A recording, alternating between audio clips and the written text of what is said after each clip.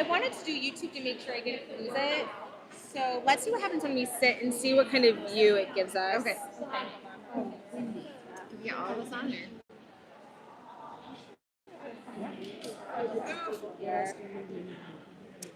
I don't think anything. Okay. Will you help us move that little stand so we can see both? Maybe back a hair.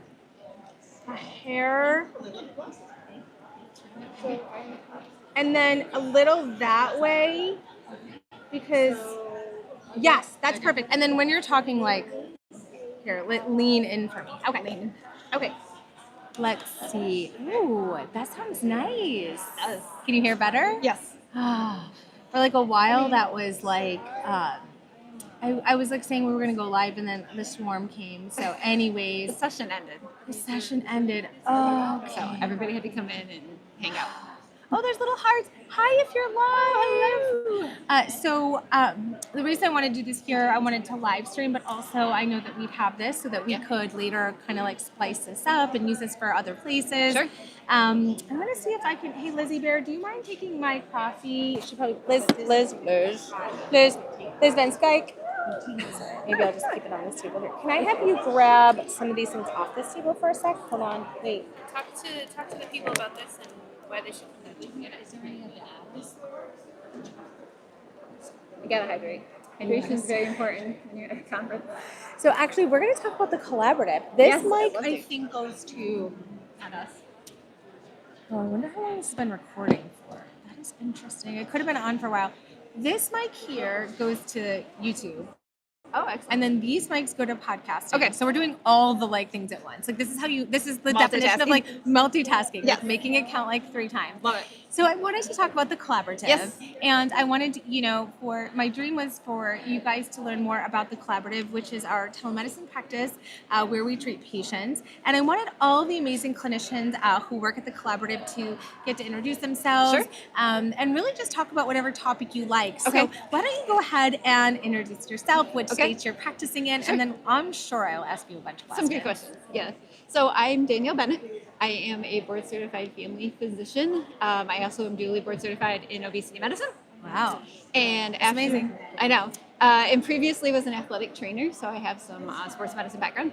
So cool. Yes. And then when I got in, so I wanted to take that background into family medicine to do preventative care. And then when I got out there and started taking care of all of my patients, and I got a lot of older ladies and they were struggling and I couldn't figure out why.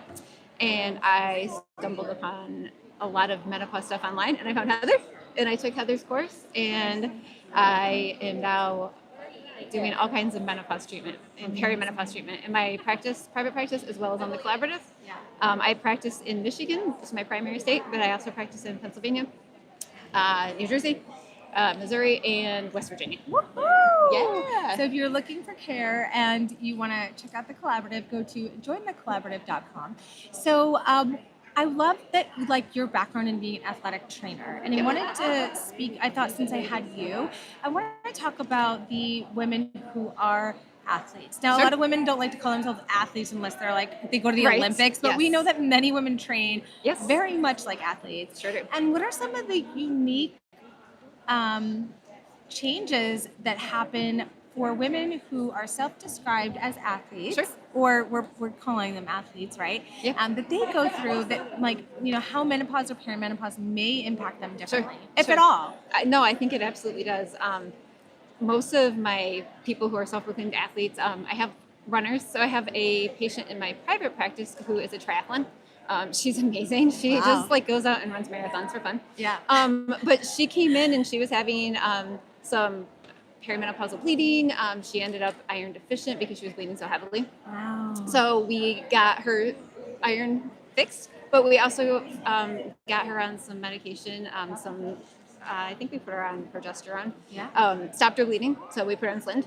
And then we added an estrogen patch. And she was feeling a lot better, but still was like, I don't feel great. So we put her on a little bit of testosterone, and now she feels like her recoveries are better.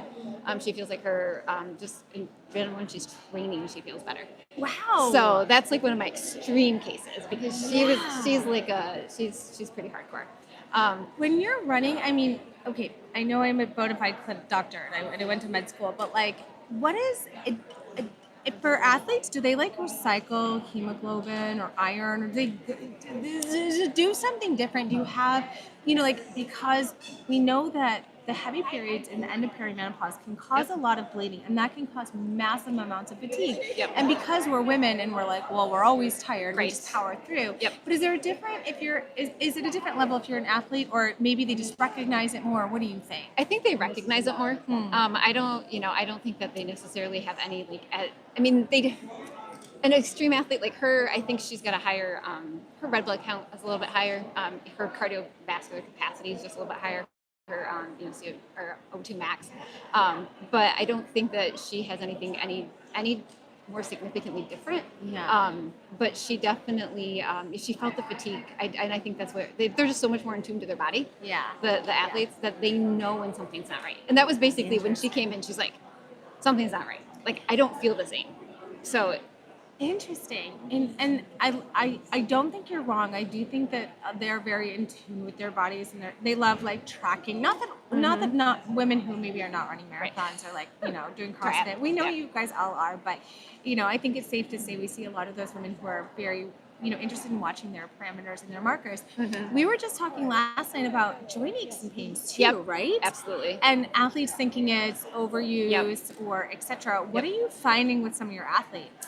There's a lot in that realm. Yep, a lot of my ladies who are, more recreational athletes. They, go to the gym a couple times a week, or they're, doing a large amount of walking, or they're maybe doing like some light jogging, running, shorter distances, like a normal 5K. Yeah. But same thing, like they do. Yep, they come in and they've got aches and pains, and we get them started on some hormone replacement. We start them on some estrogen, and all of a sudden they're like, I didn't realize how bad I really did feel. Like I didn't realize how much my hip doesn't hurt anymore. My knee doesn't hurt anymore. Yeah. So it makes a huge difference. Isn't it crazy that one little sticker can really just make such a big difference? Yep, it is. But that anti-inflammatory component, yeah, I really believe for especially the athletic women, it makes a huge difference because when they're going out and doing all this training and if they're training at not even a high level, but a moderate intensity, which is what we recommend for all people, right? 150 minutes of moderate intensity exercise every week is what everybody should be doing. Yeah.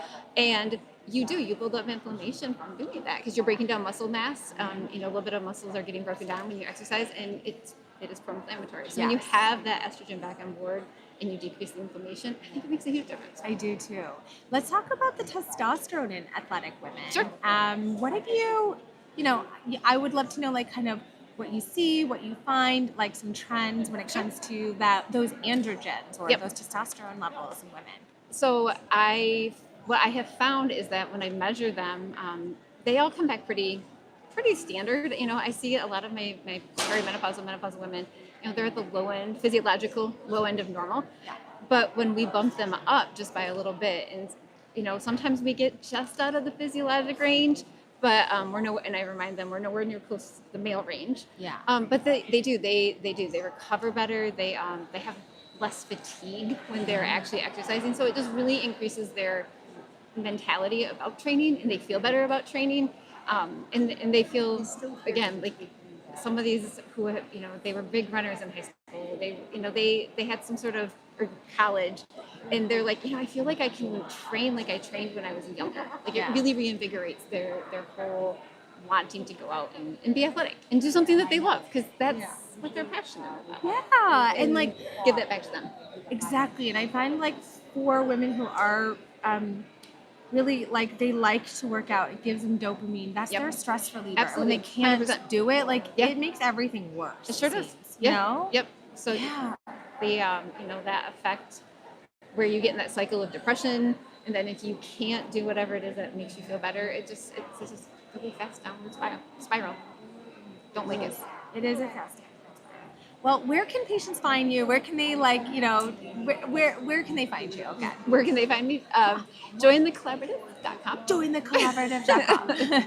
We would love to love. Absolutely. And if you're in Michigan, Michigan, Pennsylvania, New Jersey, Jersey, West Virginia, and Missouri. you New Jersey girls, you have Yes. the best of the best here. Like we Love my Jersey spare girls. nothing for New Jersey. All of these amazing That's states.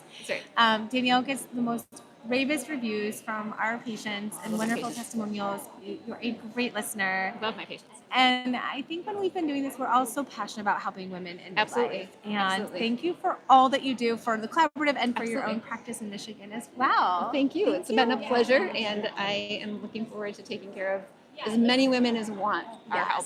So, because it's a privilege, it's an honor, and it's a privilege to be a part of the journey. It really is. I know patients always say they're like, thank you so much, and I'm like, thank you. Exactly. It's actually a two-way street because we are people who went to medical school because we wanted to help. Absolutely, And we both 100%. get something out of, we love helping our patients so much. Like, it brings Yep. us so much joy. And so we love it so much. We sure do. Thank you for stopping by. You're welcome. Thanks for being on my little podcast. I'm happy to be here. All right. Mm-hmm. I'm going to, let's see. All right.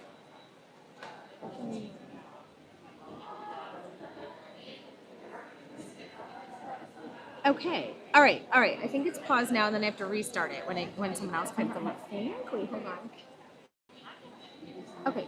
There we go. All right. Now it's back on. All right. Thank you so much. You're welcome. All right. Thank you. Who wants to come next? Oh, it's just Jill. Jill already. I know you already went on. Do you want to go on again, or? You're like. Yeah. I did my time. I'm still live, but Okay, you can unalive it. I can take a little break, right? Yeah.